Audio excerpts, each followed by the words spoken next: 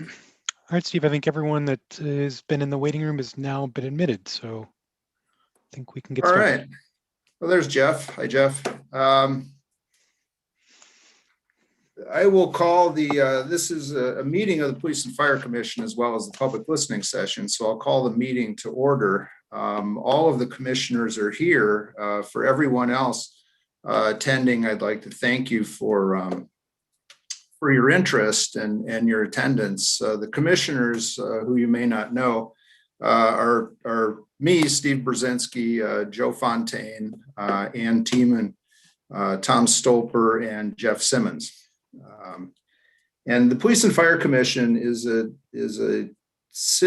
volunteer citizen body that's appointed by the mayor for 5-year terms. And part of what we're charged with doing under Wisconsin law is to select to fill vacancies in the police and fire service. So what we're talking about tonight is the vacancy in the police chief position.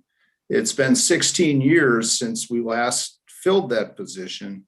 And I'm the only one who was on the commission then. And frankly, I don't remember all that much about it. I remember some of the interviews. I don't know that we had any public input 16 years ago into the selection of the chief. But this time around, we thought it was extremely important to have public input into the selection of the chief and the process. And that's part of the reason why we're here. We have, we're being assisted in the search by GovHR, and there are 2 representatives here, Joe DeLopez and Lee McCann, who are doing a nationwide search and coming up with candidates for the next police chief. And we'll go through a process of narrowing that list down and ultimately narrowing it down to the point where we will interview a number of candidates, continuing the process, and ultimately the Police and Fire Commission will select the final new police chief for Monona. So there's a questionnaire that's available on the city's website, and if you haven't filled that out and you're not planning on talking tonight, or even if you are, it would be helpful to fill that out as well, so we have some further idea of what the public is thinking, what the public is looking for in a new police chief, and generally what the public feels about the police department in general. We're here to listen. I'll turn it over to you, Brian. Maybe Joe and Lee can tell us a little bit about the hiring process, or the search process. Sure. Yeah, just ask our consultants from GovHR, Joe and Lee, just to kind of talk a little bit about their role in this process and kind of give a little flavor for what we've done thus far in the recruitment process and what we can look forward to in the coming months. So Joe or Lee? Great, I'll start. I'm Joe DeLopez. Lee and I work quite a bit together on recruitments of chiefs of police all around the country. We've probably done over 15 recruitments in the state of Wisconsin. So we're pretty familiar with recruiting in Wisconsin. We start our process by getting input from stakeholders who have a vested interest in the selection of the chief of police. That's why what Steve brought up is very important. We're conducting surveys to gather information, but the information is really going to help us identify key characteristics, attributes, issues that are very relevant to the community and important to the community, both positive and negative. We want to hear, and they're structured that way. Once we get those results back, we will then look at those. Lee and I will use those to craft questions for the candidates that are applying for the position.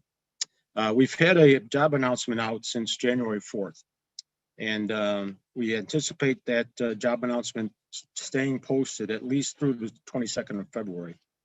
Once all those applications are in, Lee and I will start reviewing those, start evaluating folks that not just have all of the credentials and the requirements, but folks that we feel are good fits and really good candidates to move on and make recommendations to the police commission regarding.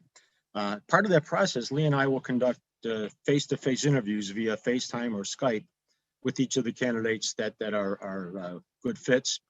We will use the questions that we ask to gauge their experiences, gauge their commitment to some of the things that are going to be important.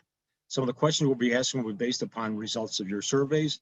And I have to preface it by saying, since we began the process, we've been collaborating with the Nehemiah Center. Karen Reese has graciously agreed to work with us and kind of help us, guide us, make sure that we're understanding what the community wants and what the needs of the community are, and ultimately, being a good sounding board for some of our thoughts and ideas. She also helped us craft the interview surveys that we put out there. We're doing one for the police department. We're doing one for the community. The community one will entail all of the community stakeholders. So we're looking at folks like council members, public safety committee, parent equity council for the schools, the Eastside Business Alliance, and general community responses. Lee and I also have a contact in the NAACP in Wisconsin, and we will be enlisting their support to get the word out, but also to give us any thoughts that they have, especially in the person of their chairperson, about what's happening in the region and things that we should be asking some of these candidates as we begin interviewing them. Ultimately, the reason we do these face-to-faces via the Skype and FaceTime also is so that we can see the body language, we can see the reaction to our questions. Lee and I have together over 80 years of law enforcement experience. So we can gauge pretty much when somebody is giving us an answer that isn't quite as responsive as it should be, or they're hedging a question. Some of the things that are important are the trends in law enforcement today, the changes that are happening across the country, the attitudes towards working and collaborating with the community, the engagement of the community as a partner, and the whole new generation of police officers that are coming into law enforcement today that are looking at it as a different type of career or profession, and how you manage those types of people, and how you train and how you make sure that they're doing the job as professionally as possible. So we'll factor all this in. Once we get all these applications in and we narrow that group down, we will do some due diligence. We'll do some social media checks to make sure there's nothing out there that's embarrassing or problematic. We'll talk to some references, get some reference checks on these folks. We will conduct the interviews, as I said. We will put together a profile and share that with the police commission, and then meet with the police commission, probably via Zoom again, and go through each of these candidates that we think are pretty good choices for the position, and bring each of them to life, discuss each of them, and try to help the police commission narrow that group down to a smaller group that they would like to conduct some intensive interviews with.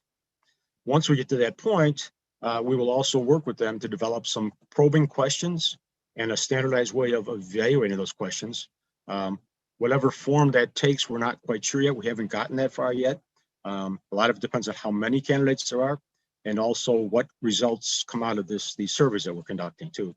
A lot of those survey issues are going to be relevant, and they're going to be important for these folks to address. So that's kind of what we do and how we do it. Once we finish that process, that group will be narrowed down to a much smaller group. That'll be the serious group, the contender group, or what we call the finalist group. Then we'll do some very intensive background checking on them. We'll verify credentials. We'll make sure that the education that they say they have, that they do have. We use a national service, by the way, and we check national databases to make sure they're not wanted for anything. They're not on a want list. They don't have any criminal history in their background. We'll verify their driver's record. We'll ensure that they have a good, sound financial background if you're going to trust them with the resources of your community. And then we'll make further recommendations to the police commissioners with those results that we found. And then at that point, it will be up to them to determine the following process that they will employ to narrow that group down to ultimately the one best fitting, best qualified candidate for the position. I've covered probably 5 months in 5 minutes, so I talked kind of fast, but yeah, for the sake of time and speakers, I'll try. If there are any questions, I'll try to address it if you want to, or maybe Lee has something more to add. Yeah, I don't have a whole lot to add, Joe, because you've done a thorough job of explaining things. I will advise the group that we have, at this point, 14 applications on file. And just a little commentary. I've been involved in 53 police chief recruitment and selection processes. That's about all I have to say at this time.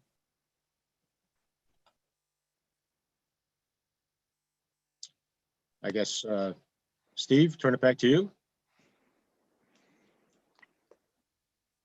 Thanks.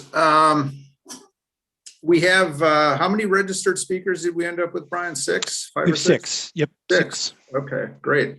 And we'll just go through the speakers, I think, in the order in which they registered. Steve, So- one thing real quick, sorry to interrupt. Maybe if we can just have Karen Reese from Nehemiah just give kind of a brief overview of Oh, their work with the city and how they're involved in this process as well. sorry, Karen. No worries. Thank you. So I'm Karen Reese. I'm the Vice President of Research and Education at Nehemiah Center for Urban Leadership Development in Madison.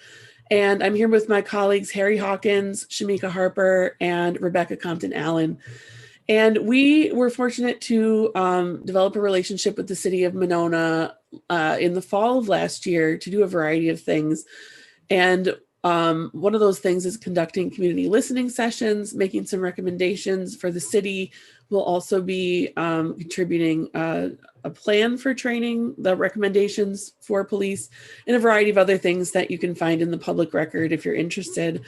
But tonight we're here to help just listen for suggestions about racial equity in the process. We want to make sure that that we're upholding those values and doing what we can to support the city and making sure that this search is inclusive and that we end up with a candidate that's going to serve all people in the city of Monona. We are grateful to be able to participate and contribute to the surveys that went online, and looking forward to working more with Joe and Lee as we go. Harry, anything to add? No, I don't think so. I think you covered it all. We're just appreciative to be part of the process, and really excited about working with the city of Monona. So thank you.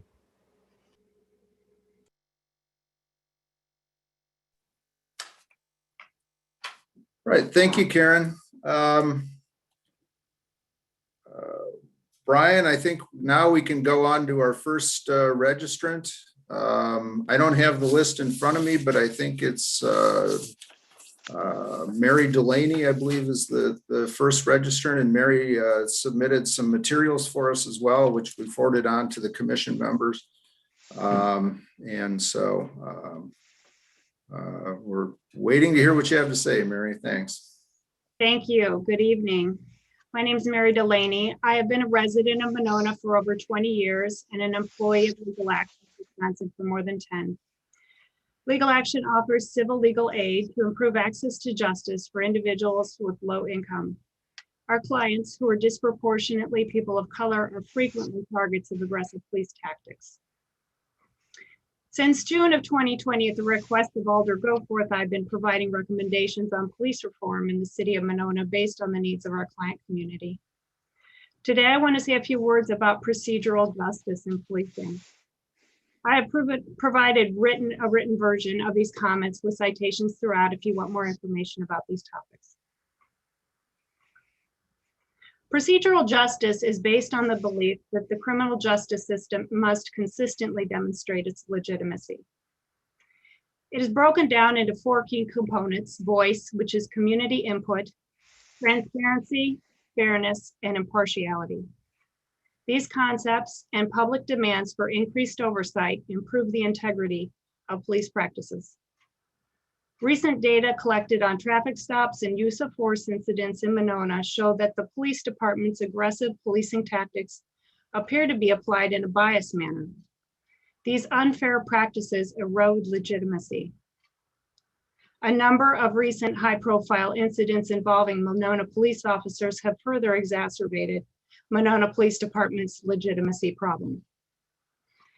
The importance of procedural justice can be illustrated by considering the most recent controversial incident in Monona, the September 17th death of a 24-year-old African-American man by the name of Elliot Johnson during a police pursuit.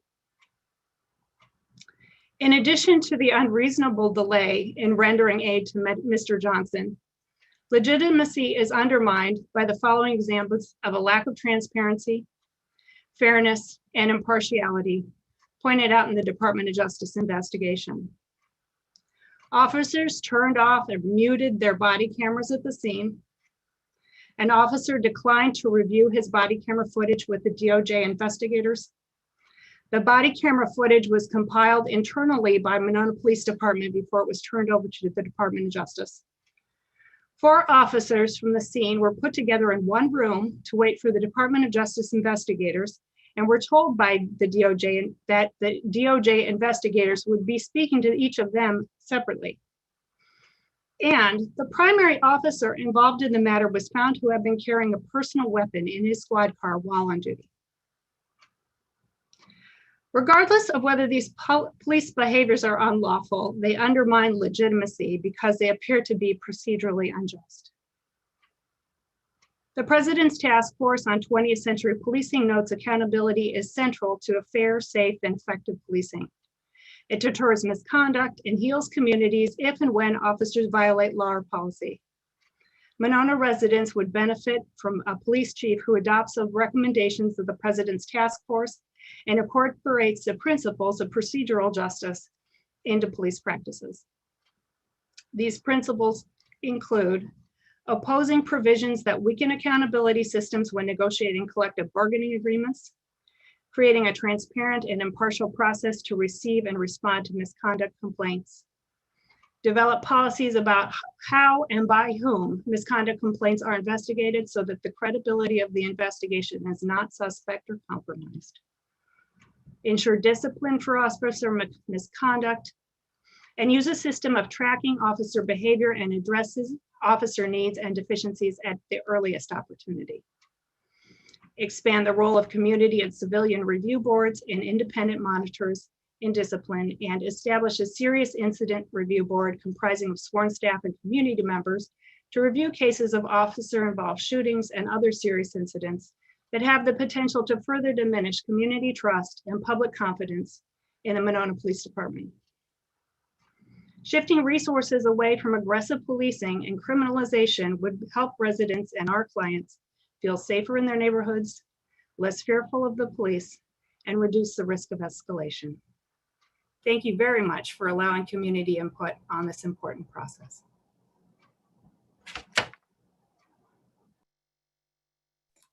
Okay, thank you. Our next registrant is Angela Davis. Hey. Good evening. My name is Angela Davis, and I am a new appointee of the Public Safety Committee. And I just wanted to share a couple thoughts that I had regarding the new police chief and a few attributes that I wanted to share publicly and also put in my survey. When I think about the new police chief, I think about the role of collaboration, diversity, equity, inclusion, open-mindedness, willing to communicate and connect with communities of color, building a relationship, looking into past incidents that have happened in Monona and doing what needs to be done to be transparent and make sure that we do everything we can to avoid these types of situations. And just having this open meeting, the listening session, having the consultants on board, I think is pivotal and very important. And I look forward to the rest of the process. Thank you for this opportunity to speak. Thank you. Our next registrant is Nadia Dominguez. Sorry if I mispronounce your name. No worries. Good evening. My name is Nadia Dominguez. I am a candidate for Monona City Council in the spring's election. Today, I am compelled to speak about public safety and what our next chief should look like. We all know the next chief of Monona PD will have to face some challenges dealing with a population and a world in transition, as well as a police department that has gained national infamy. A chief that has the ability to build bridges, not war. This chief will have to support law enforcement officers and at the same time protect our most vulnerable and those targeted by racial profiling and fear. The new chief will need to address the needs of the community rather than predominantly those of Walmart. Monona as a community has diverse needs and requests of public safety, from the elderly needing assistance to handling burglaries and car thefts, from providing police reports to mitigating violence, and from bike and pedestrian safety to drug-related offenses, not to mention homelessness and mental health concerns. And amidst all these demands, law enforcement requires compassion. We need a police department led by a capable and responsive chief so that calls for assistance are appropriately responded to. We have witnessed several squad cars being dispatched to a home in the middle of the day because a Black man is staying as a guest at a home, or a police officer sent to surveil a Black man fishing on his lunch break. This disproportionate response is contrasted by the delay in responding to vehicular crashes and rendering aid, or waiting 45 minutes to send a squad car to stop for 15 seconds in response to a domestic dispute in a vehicle at a home where a drug-related death occurred not less than a month prior. The order is tall for law enforcement and the next chief. The next chief will have to be a collaborator in the Good Neighborhood Project, for instance, and develop a community and public health approach to law enforcement. The chief must seek partnerships with mental health officials, other nearby law enforcement agencies for best practices, and update antiquated procedures. The new chief must also be able to acknowledge and address the actions and repercussions of police involved in injustices and violence. Monona gained national notoriety this summer, one that is more than a stain on its history, but a hurt that has yet to be addressed. This past summer, 2 young Black men died in police pursuits involving Monona PD. One young Black man was handcuffed and held at gunpoint by Monona PD in his friend's residence in the middle of the day. And a young Black woman was attacked by dogs released and encouraged by both Madison and Monona PD the previous summer. One officer was involved in 3 of these 4 violent incidences. Not one member of the Monona PD addressed these horrific actions, and no one acknowledged the injustice and the pain, let alone dealt with mending the divide of a community. As I see it, Monona PD has yet to enter the 21st century. I'm reminded of my childhood where I watched the patriarch of my second family build a public safety department in my hometown. He unified police, fire, and emergency services in 1995 in a town whose population had more than quadrupled in 20 years and was nearly 10 times that of Monona currently. He used his training not only in law enforcement, but in sociology, and was a pioneer. So when I think of qualities of a new chief of Monona PD, I think of Chief Orth and what he brought to the table. His soft skills included compassion, intelligence, both emotionally and mental capacity, problem-solving skills, cultural competency, transparency, an ability to transform and evolve. He was well educated. He had a thorough understanding of law enforcement, a bachelor's degree in criminal justice, and a master's degree in sociology. He had tactical training, as well as communication and leadership skills. He had a game plan for public safety that he spent his career implementing. These qualifications I share of a late great chief are the very same skill set integral to the success of the next chief of Monona PD. Thank you for letting me speak. Thank you. Our next registrant is Marianne Reed. Hi, I'm Marianne Reed, and I have been a resident in Monona since 1954, except for a 1-year gap, so a long timer. I feel an ideal chief will promote transparency and a culture of candor, including owning up to mistakes with the purpose of improving the process or system that caused them. Is a chief that promotes a culture in which is permissible to speak truth to power. Promotes working together with the community, not an us versus them culture. Sees the importance of mental health and alcohol and drug treatment, both for community members and frontline officers to cope with job stress. Will see police services as a part of a bigger public safety wellness function and will work collaboratively with other services such as fire, EMS, Dane County Public Health, Journey Mental Health, Tolarian, Public Works, Domestic Abuse Intervention Services, and Restorative Justice Court, both in response to calls, but also in upstream prevention efforts. An ideal chief will recognize implicit or unconscious bias and that they and their officers have, and will work to recognize and address these biases so that they become better officers. An ideal chief builds a culture that all people are treated with respect on every encounter. A skilled officer knows that approaching a situation with respect and empathy is key to de-escalating encounters. Thank you for allowing me to give input. Thank you. The next registrant we have is Larry Reed. Thank you. I'm a member of the Public Safety Committee, and we did a review of Monona's training policies and procedures. And we did that in the light of a number of recent developments in law enforcement training. It seemed that there was a lot of emphasis on weapons training and less emphasis on social issues, mental health issues, and how they play into law enforcement and policing.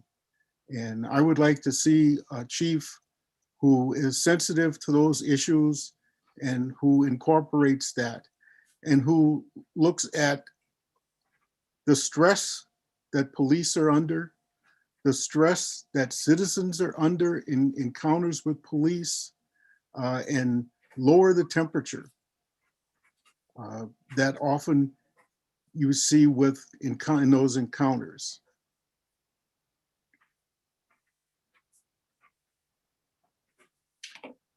Thank you.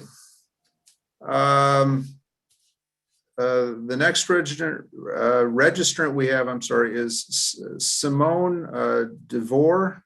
Again, if I mispronounce your name, I apologize.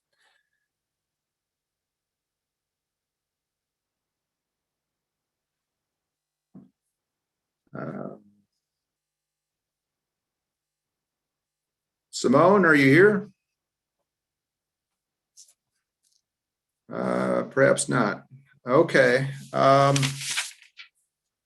We certainly have some additional time. Is there anyone who's attending who didn't register to speak, who would like to speak?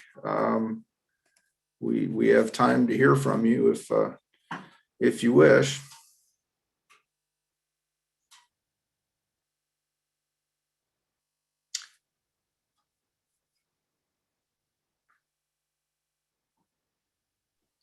Steve, this is Marianne Reed. May I add something for the consultants?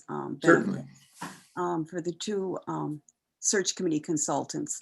My opinions that I expressed have been formed not only from being a resident here, but also I spent a 39-year career as a nurse. 31 of those years were in the ER and many of them on the night shift.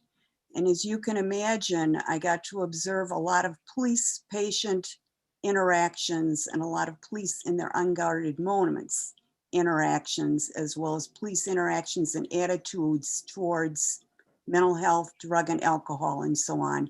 And that informs my opinions, together with the fact that I saw what a difference that David Cooper made for the Madison Police Department. And I have read his book, Arrested Development, and I don't know if you fellows are familiar with that book and some of the items that he did, but in terms of changing police culture from a military us versus them to a collaborative effort that the police are indeed part of the whole community. Thank you. Thank you. Does anyone else have any questions or further comments, whether you registered or not? I have a question. Yes. This is Alder Christy Goforth. I had some people ask me where the job posting was posted, and I was wondering if GovHR could share those locations.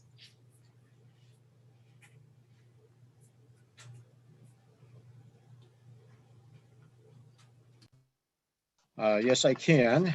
It's quite an extensive list. I'll touch on the key ones first. We posted with the Hispanic American Police Command Officers Association, the National Organization of Black Law Enforcement Executives, Police Executive Research Forum, Commission on Accreditation for Law Enforcement Agencies,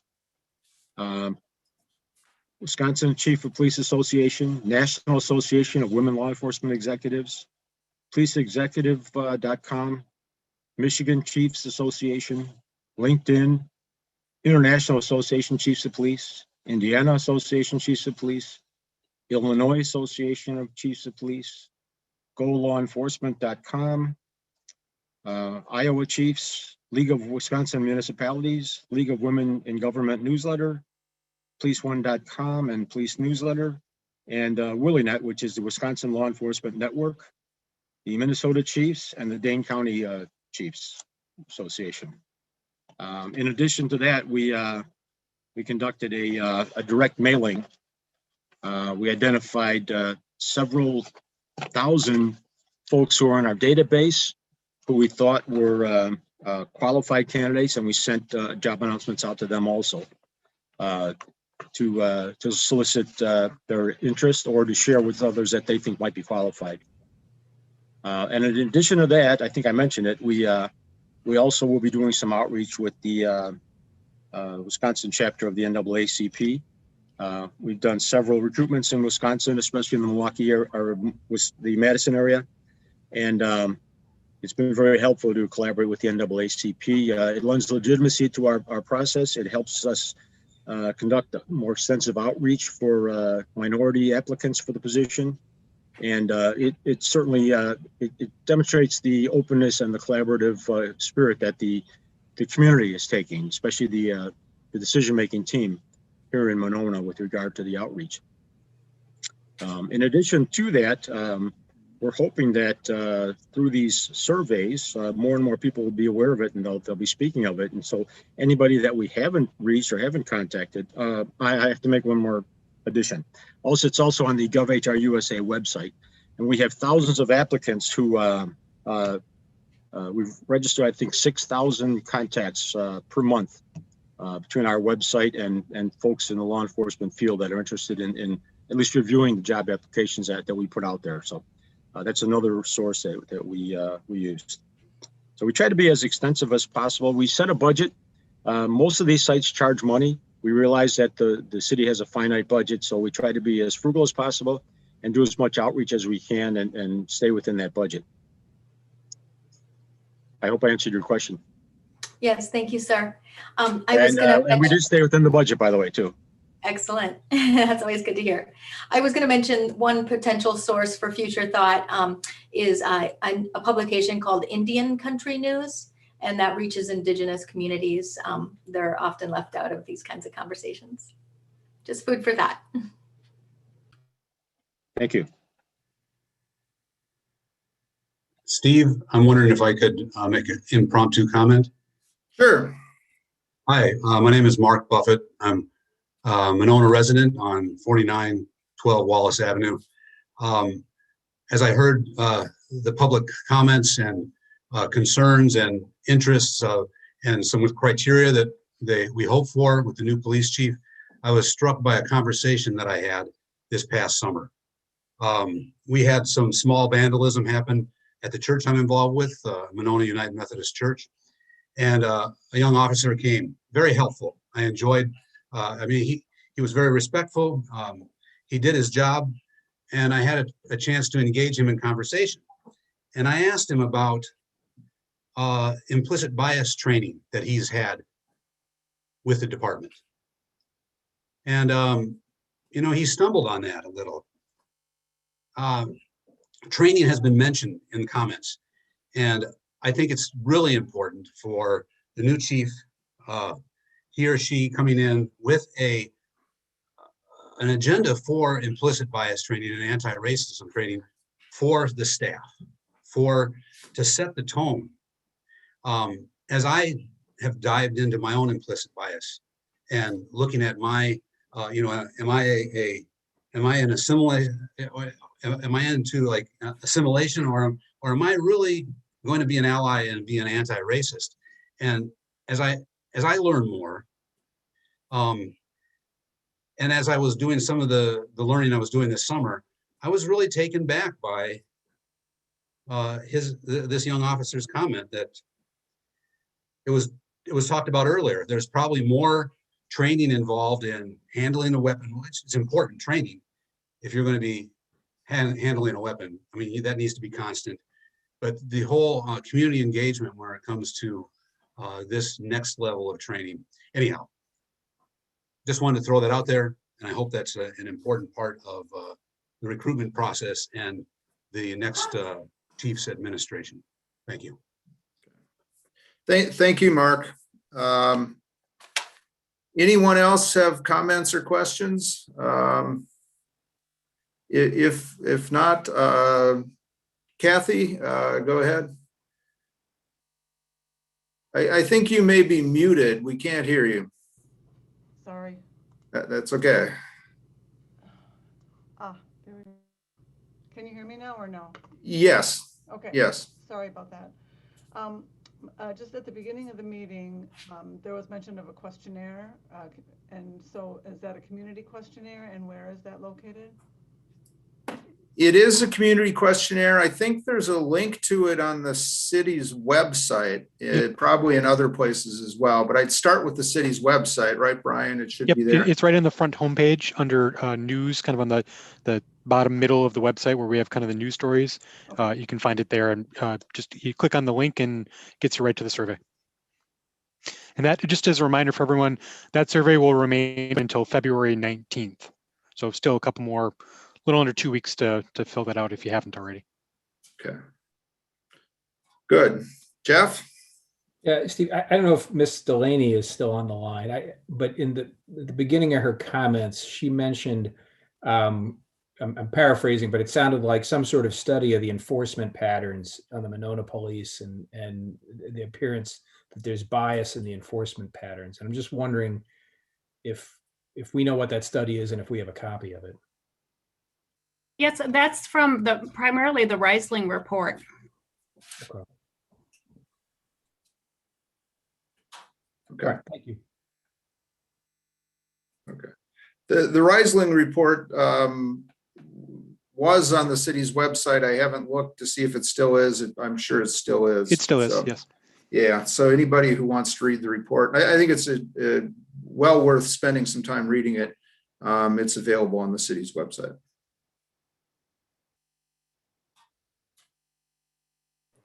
And just to emphasize, there is a fairly detailed analysis of just recent arrest data, but it lends, a lot of insight and also suggests that, more digging should be done in that area. So definitely recommend reading that report.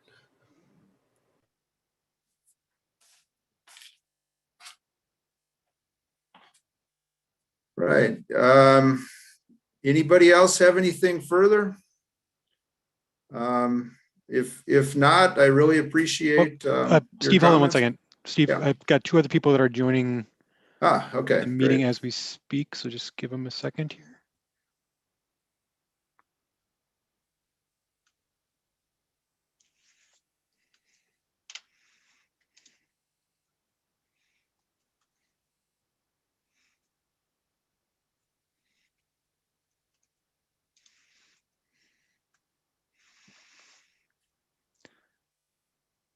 For the two individuals that just joined, did you care to speak during the public hearing session?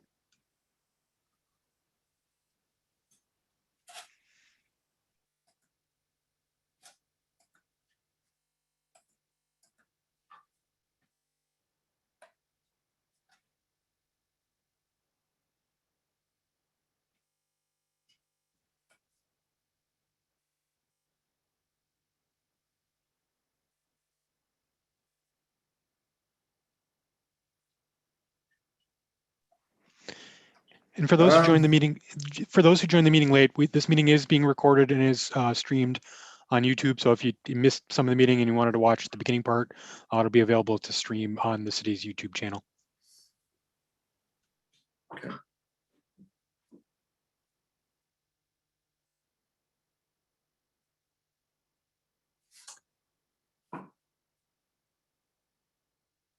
Well, if